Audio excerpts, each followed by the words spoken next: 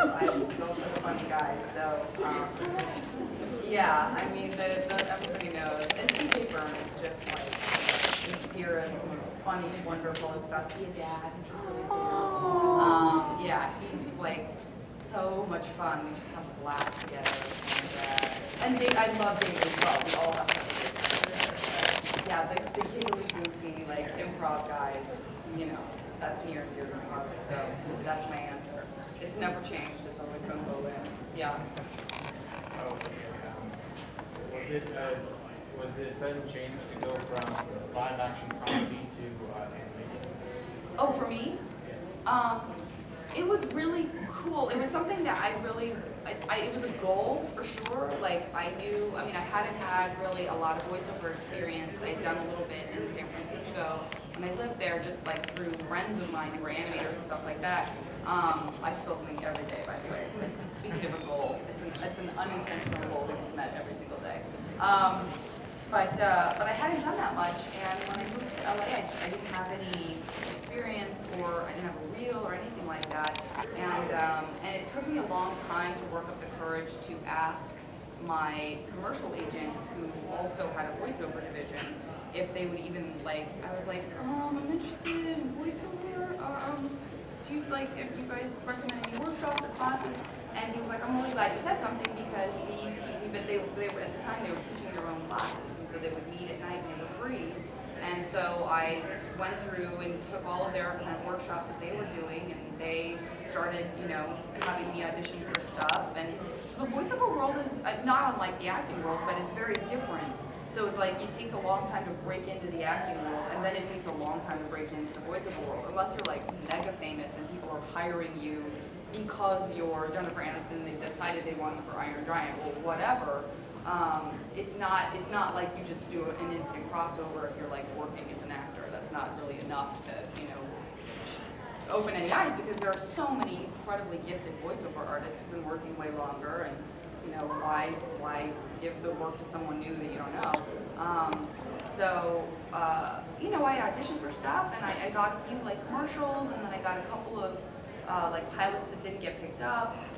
One of them was for Nickelodeon, and so they brought me in to read for Korra, and I was like, it's been such a dream of mine for such a long time to do animation. It's just, especially being in comedy and having a lot of friends who were on really funny shows. So I assumed, I thought, if I get hired for anything, it'll be because I do a lot of improv and I do a lot of sketches, so I can do character voices and stuff like that.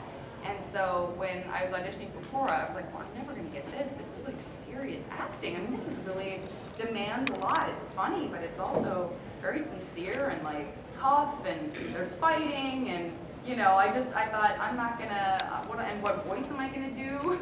And then, when I went in, they were like, oh no, we want really natural voices. We just want you to essentially use your voice, but find that kind of character and attitude, and maybe that will inform any slight tweak that your voice takes on. And so I did that, and I just really didn't expect it to go any further. I thought, this isn't gonna be, I'm not gonna bring anything special to this the way I would some crazy, goofy thing.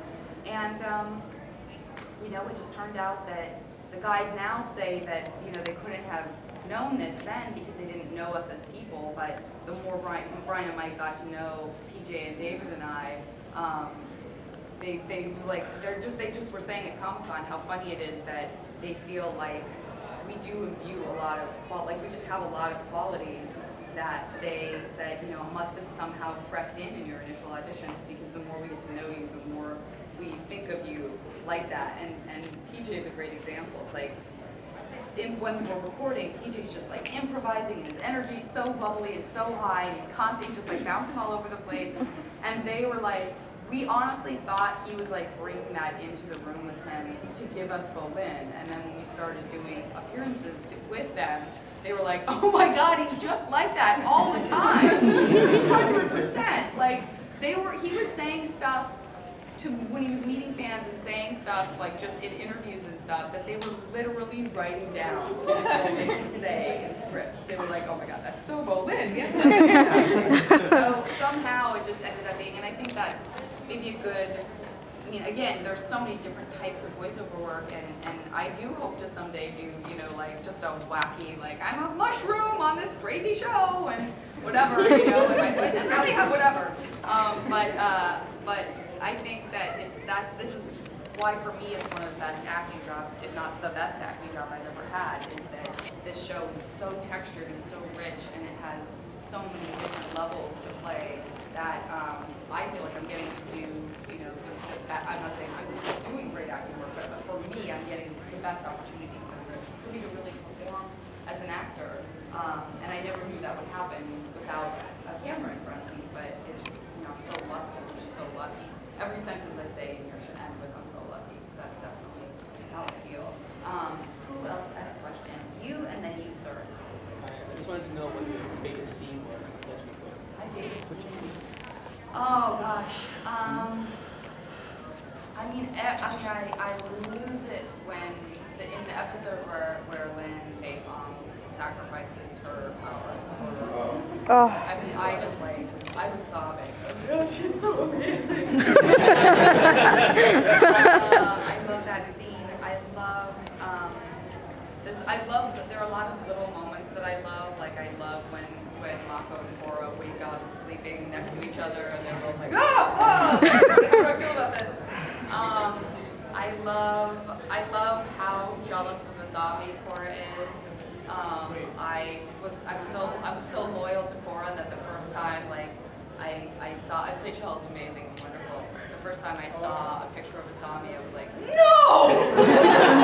She's gorgeous! No! It's so mean! Why would you do that? Like every panel, she's just perfection, you know, and I was like, oh, she's so beautiful. So all of that sort of, all of those dynamics, I love. And then I love Tenzin. I love Tenzin trying to keep it together. You'll see in the second book.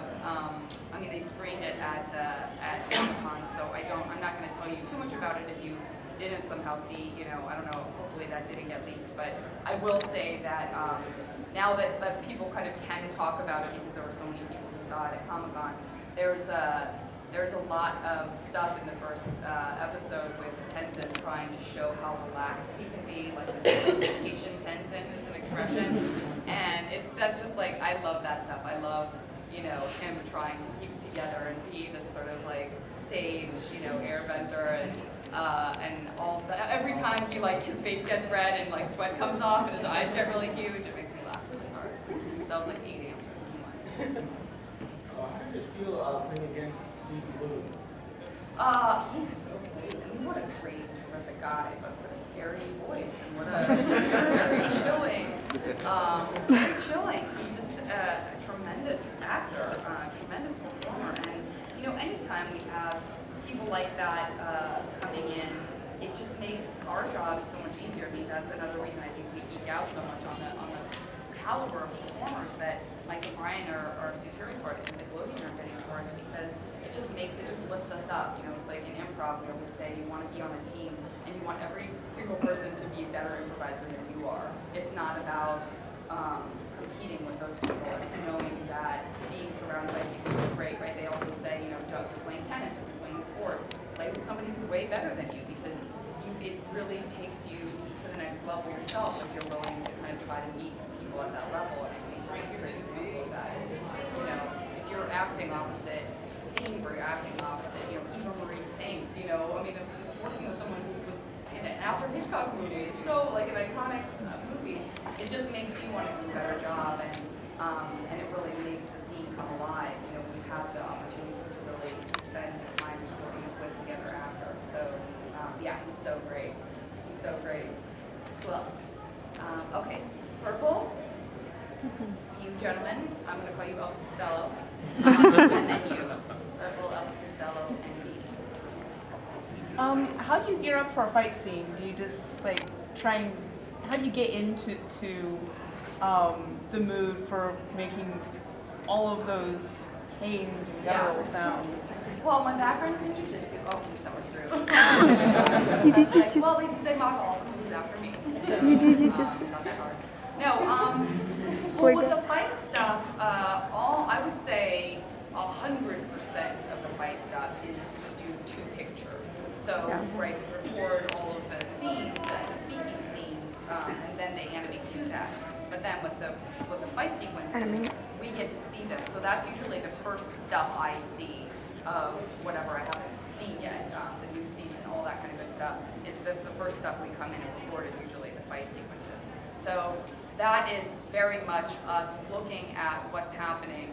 Andrea Romano is great with that too, so that we get to see what it is, when we're getting hit, when we're, you know, what kind of sort of thrusting sounds to make and all that kind of stuff. So I don't really gear up for it in any kind of a physical sense, but I do, when I'm doing the stuff, some people can, you know, do it with their hands tied behind their back. I cannot do that. I have to I make moves. They are not in any way close to what Korra does, and it's really embarrassing. And thank God that there's a room full of people on the other side of the glass that are supportive and that don't tease me too mercilessly. But I have to, you know, if Korra's firebending, I fully am ah, you know, I have to. I can't not try to do something physical to match it, because I just don't want it to sound. That's not to say if I get knocked down that I fall on the ground. But, you know, I'm trying to push all the air out of my diaphragm, I'm getting the wind knocked out of me and all that kind of stuff.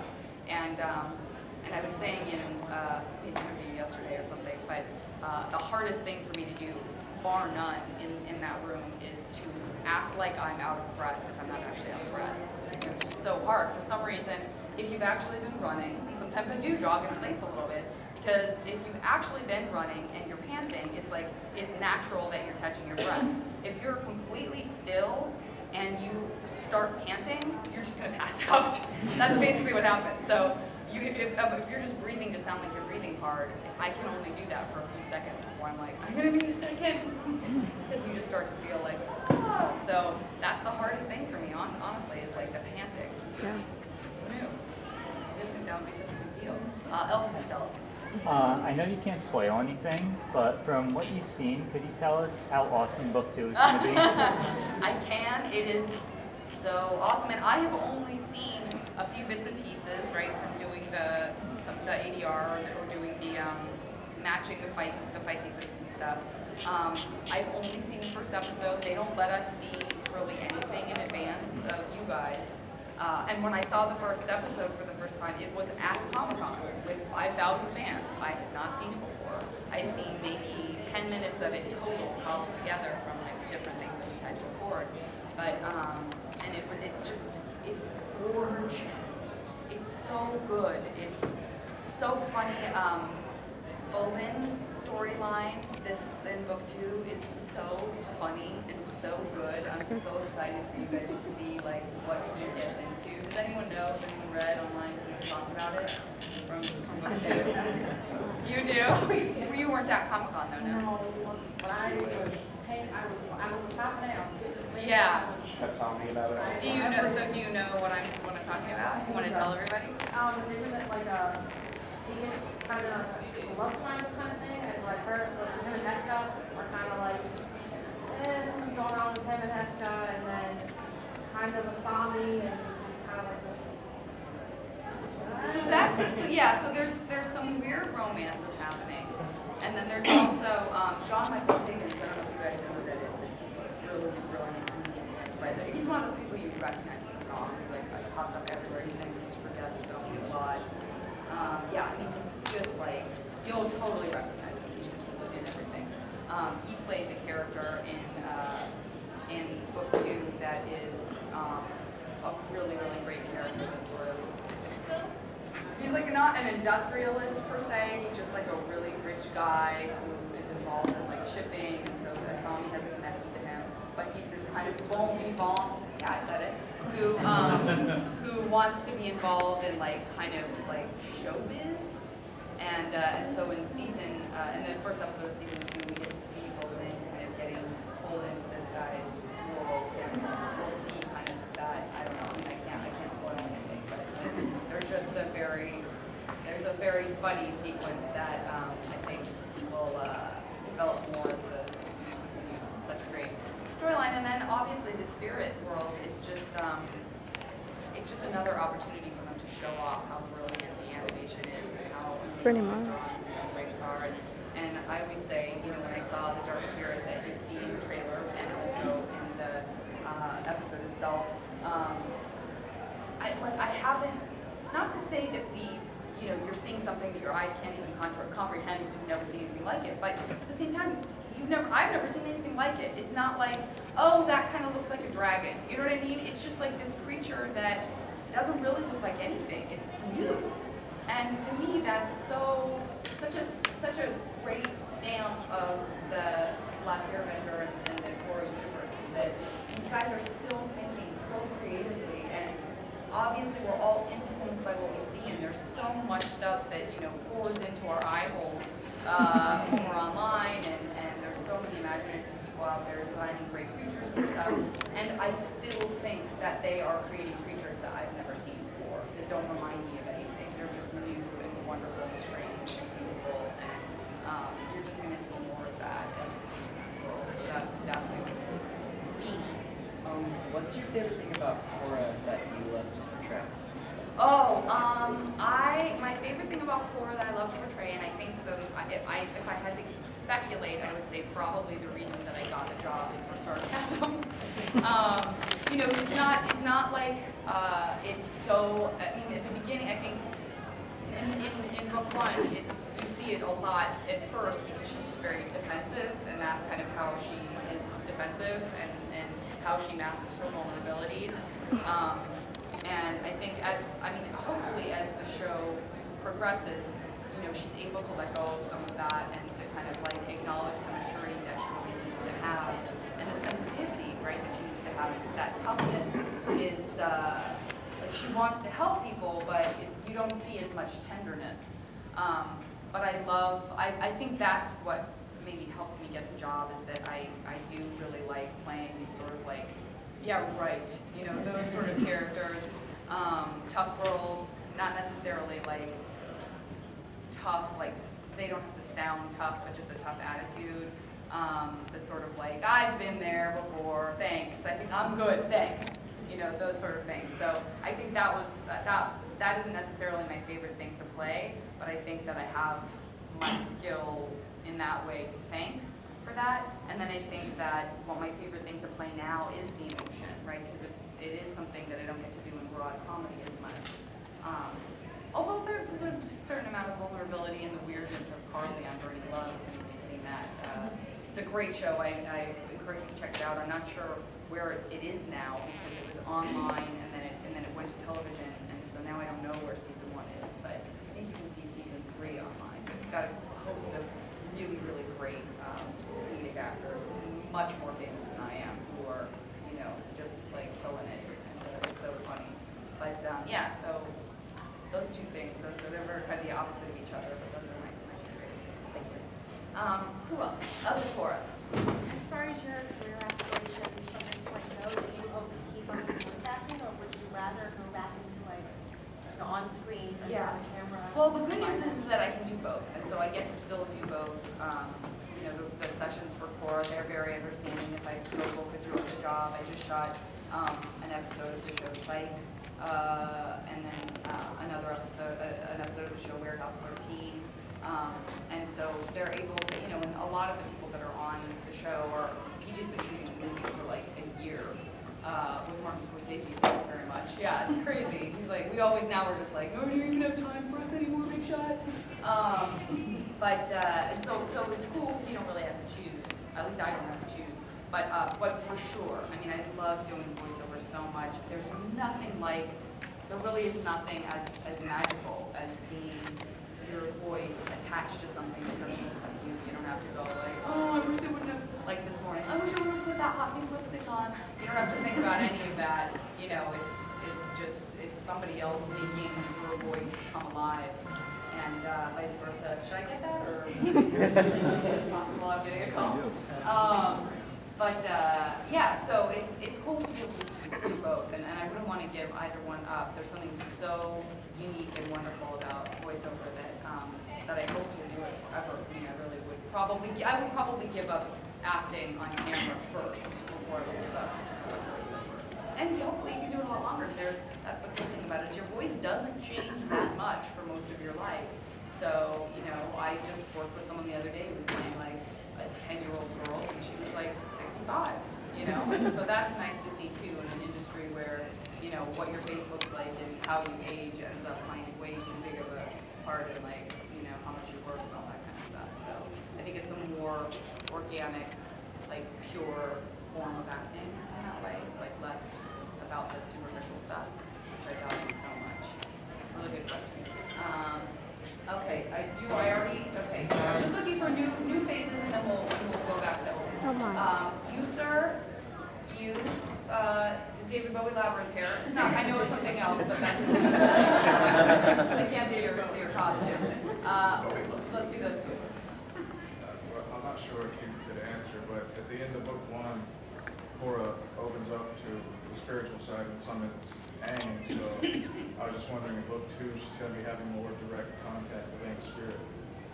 I think, for all of you recording this, please don't fire Nickelodeon, I think that Mike and Brian have said yes. I think it's okay for me to say I feel that in an interview they've already acknowledged, so I'm safe. Because I can always go, Mom and Dad said! I think it's safe to say that yes, she's being able to reach the Avatar state. We will see more contact with people from the past in that way. Good question. David Bowie, I want to say I know that you're going to have us. Okay, I obviously I wore the wrong costume. Do you have a favorite bad guy Favorite bad? Oh, Azula. Yeah. And Gray is a very, very dear friend of mine, and he threatened to kidnap her son and make him mine permanently. He was in the world. She's amazing. She's amazing, and she's an example of somebody who is a phenomenal actress, but just decided to do voiceover. She's gorgeous, as I'm sure you all know, but she just lives in that world to the point where, like, she literally does not have time to do anything on camera if she wanted to. She's booked every single day. It's crazy. Time for great social media, though. She does. She's so funny. That's another great point too for those of you who are interested in getting into voiceover. You know, Phil Lamar gave some great advice, and Dee Bradley Baker has a great website. We talked about that on the Avatar panel last night. But what I would add to that is that she has such skill in improvising little bits at the end. So if you find yourself an opportunity to audition, you know, that is a really great. I think that really does get people work. Is they do the lines as written, but then they just flavor them a little bit with their own stuff. And you know, if you make the writers laugh, they want to bring you back and they want to hear, you know, what else you've got and what you're bringing to that. I think PJ Burns is another great example of that. Is that he really was playful during our callbacks, like when we were, you know, paired up together and stuff, and made a real impact. It kind of made them think like, oh, this is our guy, because that is something Bowen would say, and stuff like that. So that's a really great skill that Greg has. What did we, oh no, okay, so we're, okay, sorry. Okay, so you, my beauty, right there, and then you, my beauty, right in front of her, right there, so you two. Yeah. I know that Brian and Mike are online. Have you ever, like, what's the weirdest thing you've seen from the fandom online or just in general? I'm not, I don't have, I mean, I have like I think I have a Tumblr that someone else is doing for me for my podcast, which I encourage all of you to check out. It's called the JP Club. I interview women. I just interview women, as it turns out. I didn't really set out to do that necessarily, but that's kind of how it shaped itself for me. And it was interesting because I hadn't gotten Korra yet when I started doing the podcast, but I ended up creating this podcast that's really, it's for men and women. I have as many male listeners as I have female, but the women that I talk to, we talk a lot about kind of our awkward high school adolescence and how it sort of shaped us into the people that we are, and I like revisiting that stuff because I think it puts a human face on all of us, including people like, you know, all the girls that are on the show Community. All three of them have done it, and Christina Hendricks, who's on Mad Men's, done it. Amy Acker from Buffy and Angel and Dollhouse and all that, she's done it. And so when you sort of hear these like mutually awkward experiences and sort of hear how even now working in the industry is like we all still feel kind of like dorks. I just think that like it's it's just like sort of an empowering thing. So anyway, that was the pitch on that. But so I'm not online. I'm online a lot for the podcast. I'm on Twitter. I get sent like gifts and stuff on Twitter sometimes, and that's usually as deep as I get because I just don't have as much time as I would like to like really get in there and explore. So I've seen like some gifs of, you know, stuff where like there's I can't remember. I mean there's a lot of like two girls kissing stuff. People have a fascination with that. But that's the main thing. And then I love when people draw my character like interacting with non-Avatar and Airbender universe characters. I would like to see that. I think it's cool when people do that. Sometimes they do little panels of like, you know, or meeting someone from Winx or whatever, you know, just it's always fun to see people's imaginations when they combine different shows that they like. So, and then. So, your favorite character from The Last Airbender? My favorite character from The Last Airbender? I love Aang. I mean, it's hard not to feel loyalty to you know, the previous Avatar. But I also love Toph. You know, I would say those would, you know, I would say that like the loyalty in me loves Aang, but as Janet, I really love Toph. Jose, I'm going to get to you in just a second, but I'm going to, yes, I was going to call you Zach Galifianakis because that's not fair, but he's a friend of mine, so I mean it with love.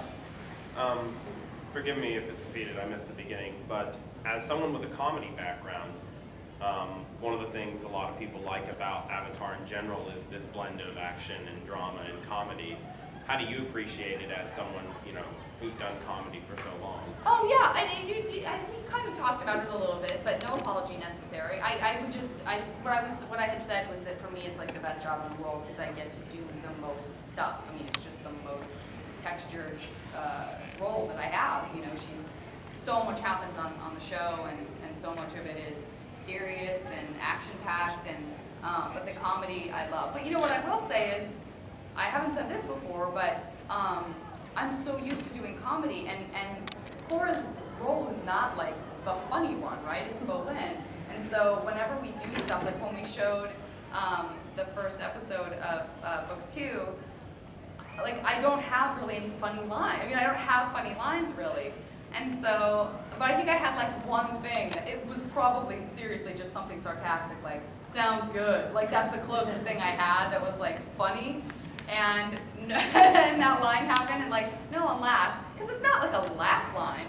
But then like Bolin said something right after that was super funny and like 5,000 people went nuts and everyone was laughing.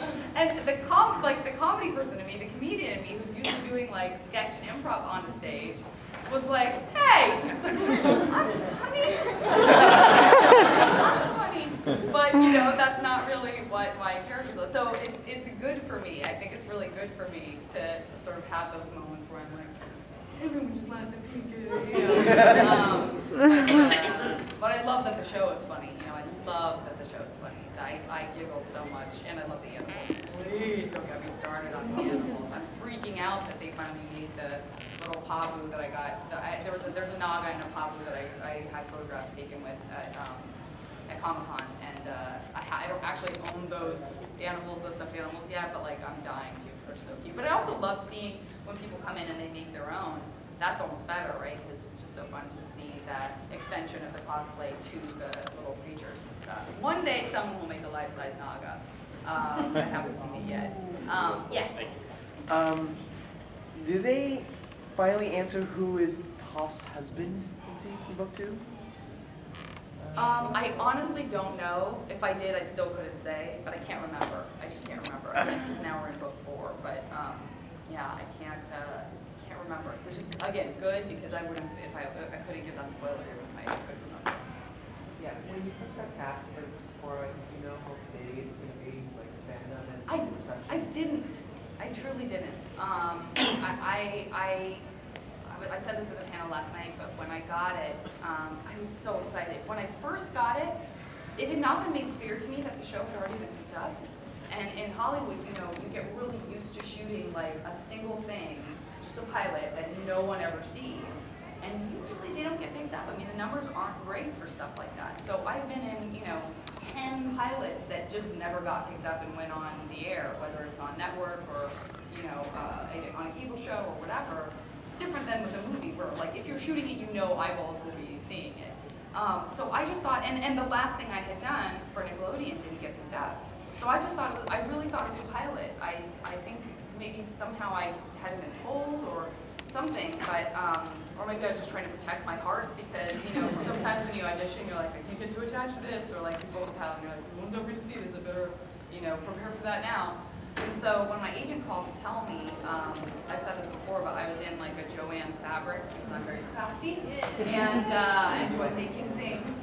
And I think I was like in the bead aisle maybe, either that or like the friendship bracelet embroidery thread aisle.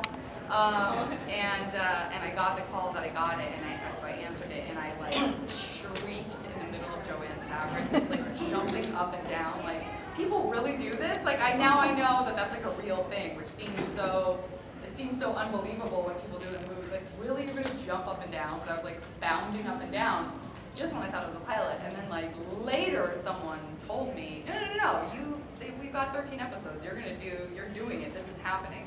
And Sarah Noonan, the casting director at Nickelodeon, when I came in to record the first thing, like grabbed me and hugged me, and I of course was crying. And she said, do you know what you're in for? And like, do you know that this is a really big deal? And you're gonna start going to cons and stuff like that. And I was like, kind of. I mean, obviously I loved the show and I knew that it was popular, but because I'd never been to a convention and I wasn't online in the sort of fandom world, you don't really know until you're experiencing it. But like, what a joy. What a joy. Yeah, just amazing. Yes? What's your favorite bending and why? My favorite bending and why? That's always a tough one for me. I mean, if I have to choose an element, I do choose water. I think there's something to it that it's like, it doesn't seem like it requires as much patience as airbending, but it's not as sort of like, I feel like firebending to me, in my mind, represents like when I'm really mad and when I'm impatient. So there's something about water that like is nice and in between. And earthbending is totally awesome, which I never consider it for some reason. I don't know why. For some reason, I just I'm immediately choosing between fire and water like that. And so yeah, I think there's something, I don't know, anytime korra is waterbending, I just think that there's something so like beautiful about the movement and the circumstances. I love like in the first episode, her dad does some waterbending that's really cool with the dark spirit, and I like the sort of, I like people's reaction to the water. Like I like when like ice gets shattered and stuff like that. So I usually go with water. Go with water. Even sometimes I feel like I want to go fireball if I want. Jose. Yeah, the movie, the Judy movie. Oh yeah. So Jose brings me this DVD sleeve of Judy Moody and the Not Bummer Summer for me to sign, which is this live action movie I did yesterday. Renamed. Was what? Stink. Oh, Stink? Yeah. What's Stink's real name? Yeah. I think it's Ned. I think it's Ned. It's in the books, and it's definitely in the movie, but I haven't watched it for a while. I think it's Ned. Yeah. And how Stink got his name. Oh wow, you know what? I can't remember. I'm so sorry. I know it's in the books. Okay. I don't think they talk about the reason that his name's Stink in the movie, but I know it's in the books. Yeah, there's like 1 million of those Judy Moody books. People love that show. You, sir, in the white, I'm gonna call you doctor. Okay. And then the beautiful woman sitting next to the good doctor. And I don't mean that in a doctor movie. How did you get your start in acting and like doing theater? Or... Yeah, when I was little, the first thing I ever did was in first grade, I got cast as Snow White in Snow White and the Seven Dwarfs. The art school that I went to didn't really have any money, so my Snow White wig was just like, you know how like you could just go to like a thrift store and there's just like the same weird brown wig that looks like someone's aunt, like just like weird, like wavy, just short, So that's what they had for me. So somewhere out there is a videotape of me, like with my white blonde hair, like straight blonde hair with little white bangs, and then just sitting on top of that like a weird fur hat, this brown wig. It's horrible. But yeah, so I did a lot of theater growing up. I didn't, pursue getting an agent or anything like that. That was in Tucson, Arizona. That's not really a thing. And so I just did it in school. Went to art schools.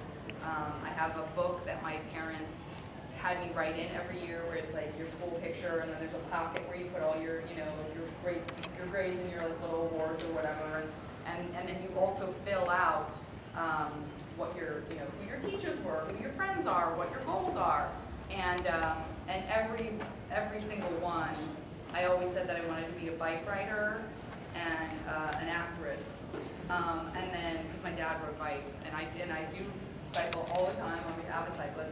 And then my mom's a French teacher, so some years it would be like I added French teacher in there, and some years I added writer because my dad's also a writer.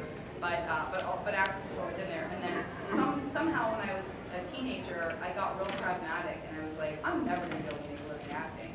So I just kind of quit when I moved to San Francisco. And so I wasn't really doing any acting when I lived in San Francisco. And then some friends of mine from school put together a sketch group, and they asked me if I would be in it. And I was like, I don't do that. I've never done improv. I don't do comedy. And they were like, you're funny. We'll figure it out. We'll just come do it. So we did, and yeah, that's what got me back into it. But I had a real hiatus there of several years where I just wasn't even acting. But yeah, just classes in school. Yeah. I know we have to wrap up like now. Yeah. So maybe 2 more questions after this, but I'll do a speed round of those 2 questions. You will get to see more of people's families. I can't really say more than that.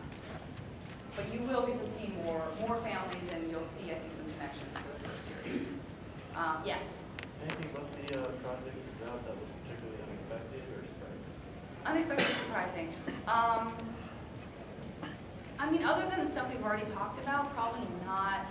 Definitely, like, just being a part of this kind of community has been, like, so amazing. And you can't, like I said, you can't really plan for how it's going to feel until it's happening. So that's always a surprise.